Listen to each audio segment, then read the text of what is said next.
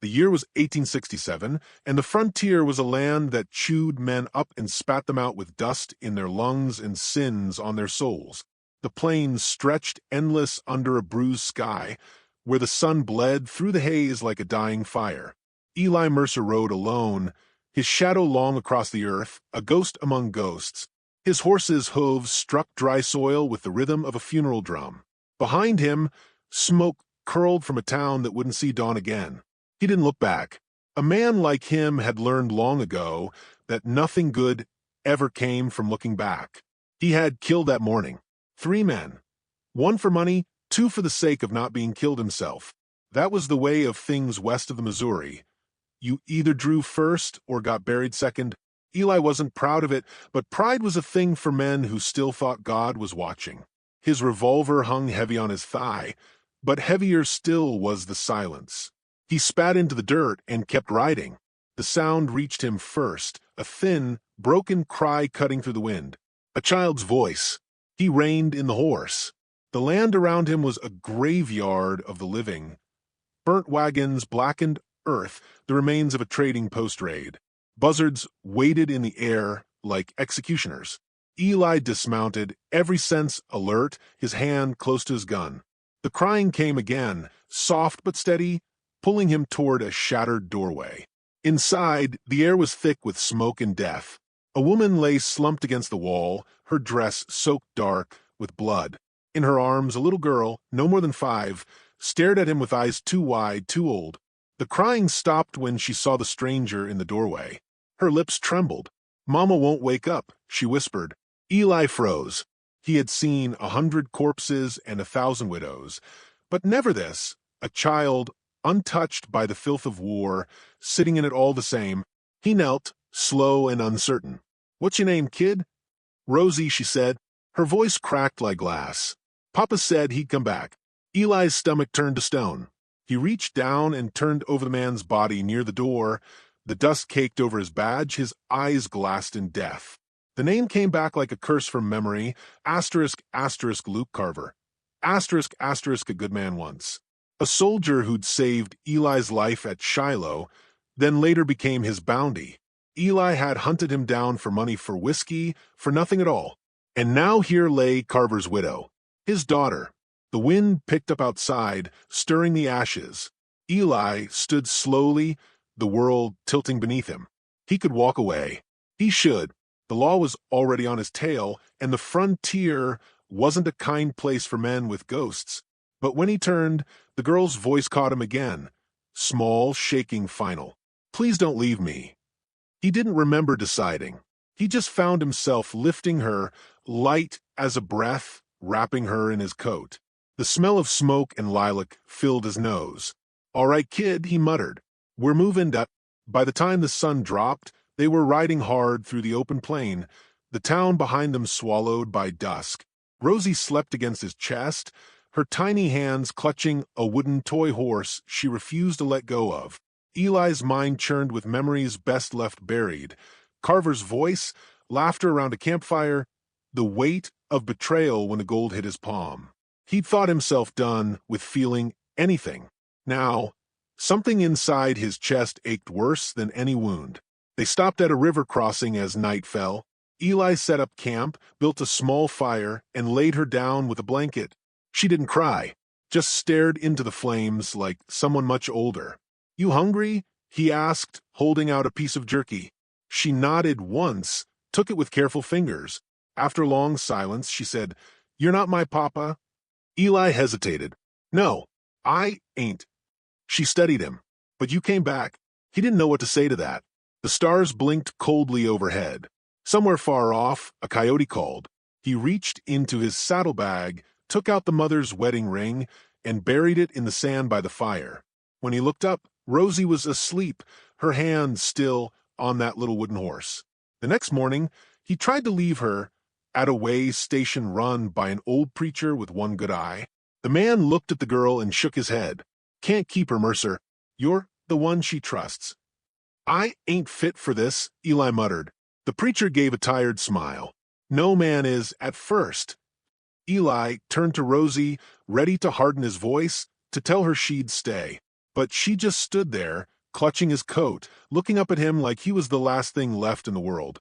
"You're the only one who came back for me," she said. The words hit him like a bullet. His throat tightened. Without another word, he swung her onto the horse and rode on. Days passed. The plains gave way to canyons and cracked stone. He stole food from camps when he had to, bartered his revolver for a mule when the horse went lame. All the while, Rosie followed him with quiet eyes that seemed to see more than any grown man could bear. Sometimes she hummed songs her mother must have sung. Sometimes she talked to her toy horse like it could listen. Eli started talking back, gruff at first, then softer as the miles rolled by. He taught her how to find water in dry ground, how to watch the horizon for storms. He caught himself laughing once when she scolded him for burning the beans. It felt strange, that sound coming from him. But the past was never far behind. One evening, as the sun sank red, Eli spotted riders on the ridge. 3 of them. He knew their kind by the way they moved, bounty hunters, men who smelled of whiskey and gold. His bounty was worth more alive than dead, but dead was easier to haul. He doused the fire and whispered, "Rosie, hide under the wagon. Don't move till I say." Her eyes went wide, but she obeyed without a sound. The night cracked open with gunfire. Eli's Colt barked flame, echoing off the canyon walls. Dust rose thick, choking the air. One man fell. Another charged, and Eli met him in the dark, steel to flesh, the fight quick and brutal. The third fled into the night, shouting promises of return. When silence finally settled, Eli stood shaking, smoke curling from his revolver. He could feel blood trickling down his arm, warm against the chill air. The dead lay still. Rosie crawled out from her hiding spot, barefoot, her face streaked with dirt and tears. "You're bleeding," she said softly. Eli knelt, breathing hard. "Ain't the first time." She reached out, small fingers brushing his sleeve. "But it's the last time, right?" He looked at her for a long moment. The firelight caught in her eyes, bright and fragile. Something inside him cracked, the shell of a man who'd killed for coin, who'd forgotten mercy. He pulled her close, felt the tiny heartbeat against his chest. "Yeah," he said quietly. "It's the last time." Above them, the stars burned cold and clear. The wind carried the scent of smoke and rain. For the first time in years, Eli Mercer didn't feel alone. But somewhere beyond that horizon, he knew the past wasn't done with him yet. The frontier had a way of collecting debts, and his, he feared, was just coming due. The sun rose over the plains like molten gold spilling across the earth, painting the horizon in a promise the land would never keep. Eli Mercer woke with the ache of old wounds and the weight of new ones. The girl was already up, chasing a moth through the dust, her laughter soft and fleeting as birdsong. It had been weeks since the raid, weeks since Eli had found her, and each sunrise felt like a question he wasn't ready to answer. He was a man used to silence, but now there was a small voice filling it, asking, wondering, living. They traveled through the open country where rivers ran dry and the grass whispered of graves. Rosie hummed songs her mother must have taught her, soft melodies that cut through the wind like prayer. Eli rode in silence beside her, his eyes always on the distance, his hand never far from his gun. There were men hunting him, men who'd trade his life for the same kind of coins he once took from others. Each night, he half expected to wake with a knife at his throat. But the nights came and went, and the girl was still there, small, steady, stubbornly alive. One evening, they camped near an old telegraph line that buzzed faintly in the wind. Rosie sat close to the fire, brushing the mane of her wooden horse with a bit of rag. "You ever had a papa?" she asked suddenly. Eli's jaw tightened. "Had a man who raised me. Mean one. Didn't stay long." She nodded as if that made perfect sense. "Maybe you just needed a better one." He grunted something that wasn't quite an answer and tossed another stick into the fire. The sparks flew upward, vanishing into the night like lost souls. For the first time, he wondered what it might have been like to have someone look at him the way she did, like he could still be something more than the sum of his sins. The next few days brought rain. Cold, hard rain that turned the dirt to mud and the roads to rivers. They found shelter in an abandoned cabin near the foothills, its roof half-caved and walls scarred by bullets. Rosie's cheeks were flushed from the cold, her small hands trembling as Eli started a fire. "You'll freeze if you keep sitting there," he muttered, pulling his coat around her shoulders. She smiled up at him, eyes shining through the grime. "You sound like Mama." He looked away, saying nothing. The firelight threw shadows against the walls, the kind that made the past seem close enough to touch. He thought of Luke Carver, the man he'd betrayed, the man whose child now sat wrapped in his coat. The guilt clawed at him, but every time he thought of leaving her somewhere safe, he remembered the look in her eyes that first day. He couldn't do it. Not now. Not anymore. By the third night, his fever came. He tried to hide it, but Rosie noticed. She pressed a damp cloth to his forehead, whispering stories she half remembered about angels who watched over the plains and cowboys who rode clouds. Eli drifted in and out of dreams, hearing gunfire, screams, the sound of gold coins hitting a table. When he woke, the storm had passed, and Rosie was asleep beside him, her tiny body curled against his arm. For a long time, he just lay there listening to her breathe. Something in him shifted then, quiet and irreversible. They moved again with the dawn. The world smelled of wet sage and new beginnings, though Eli knew better than to trust such things. As they rode through a valley of low grass, he found himself teaching her without meaning to how to tell the wind's direction, how to find north from the stars, how to stay low when trouble came. She learned fast, too fast. One afternoon, she hit a tin can dead center with a slingshot and grinned up at him like she'd just outshot the devil. "Your aim's better'n most men I've met," he said. She puffed her chest. "You taught me?" He laughed, a rough, surprised sound that caught in his throat. It felt good, and it hurt both at once. But good things never lasted long in the West. The first sign of trouble came when Eli found a piece of paper nailed to a post at a crossing. His own face stared back at him in black ink. Wanted for murder and treason. Beneath it, the bounty doubled. He crumpled the notice in his fist, the old rage and fear boiling up like wildfire. The law hadn't forgotten, and they sure as hell hadn't forgiven. Later that night, while Rosie slept, he rummaged through her mother's old satchel looking for spare bullets. Instead, he found a folded letter, yellowed and water-stained. The handwriting was neat and careful. Asterisk, Luke. The marshal came again. He says, "The charges won't stick if you tell them the truth about Mercer. Please come home. Rosie needs her father." Asterisk, Eli read the words twice, his breath catching in his throat. So Luke had been innocent. And Eli, he'd been the one who sent the noose. He leaned back against the wagon, the letter trembling in his hand. The storm outside rose like a judgment. Thunder rolled across the plains, echoing his thoughts. By morning, his decision was made. He'd been running too long. He couldn't undo the past, but maybe he could buy the girl a future.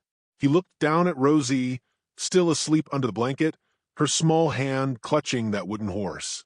"You got no one left but me," he whispered. "So I reckon I'll just have to be enough." The days that followed were harder. Food ran short, the land turned meaner, and Eli's arm still ached from the bullet he'd taken weeks before. Then came the riders, 3, maybe 4, cutting across the plain behind them like shadows.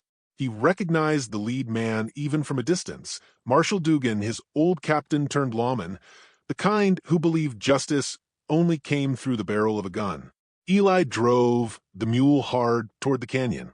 The chase that followed was a blur of dust and thunder. Bullets snapped through the air, shattering stone. Rosie clung to his waist, her scream lost in the wind. They reached the narrow pass just as Dugan's men closed in. Eli wheeled around, firing low, using the terrain to his advantage. One horse went down. Another man fell screaming. The last 2 hesitated long enough for Eli to vanish into the gulch. When they finally stopped, night had swallowed the sky. Rosie was shaking, but unhurt. Eli checked her hands, her face, her hair, making sure she was whole. "You didn't let them take me," she whispered. "No," he said, voice rough, "and I won't." She smiled, small and tired. "You're my papa now." Eli froze. The words hit harder than the bullet ever had. He looked away into the darkness beyond the firelight, his heart thudding like a hammer. Maybe the world still wanted him dead. Maybe Dugan would find him tomorrow. But for tonight, in this quiet place between storms, he wasn't a killer or a ghost. He was something else, something new. He tucked the blanket around her and sat watching the flames die low. When sleep finally took him, it came without nightmares for the first time in years. Outside, the wind whispered through the grass, carrying a promise he didn't yet believe but wanted to. Asterisk, the morning broke, quiet over Silver Creek, a hush before the day's reckoning.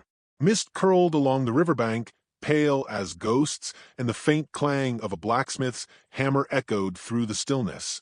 Eli Mercer rode into town with the kind of weariness that didn't show in his gait, but in his eyes had seen too much, lost too much, and were now set on one last thing worth saving.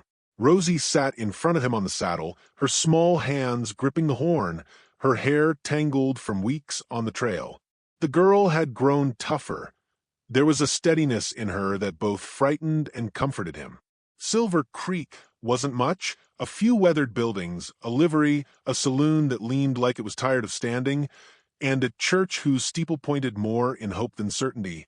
Eli dismounted outside the mercantile, his boots sinking in the dust. He tied the reins and lifted Rosie down.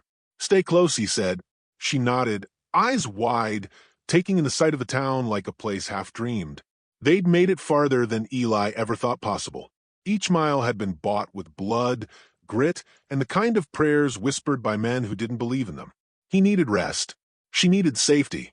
And he knew, deep down, that he couldn't give her both.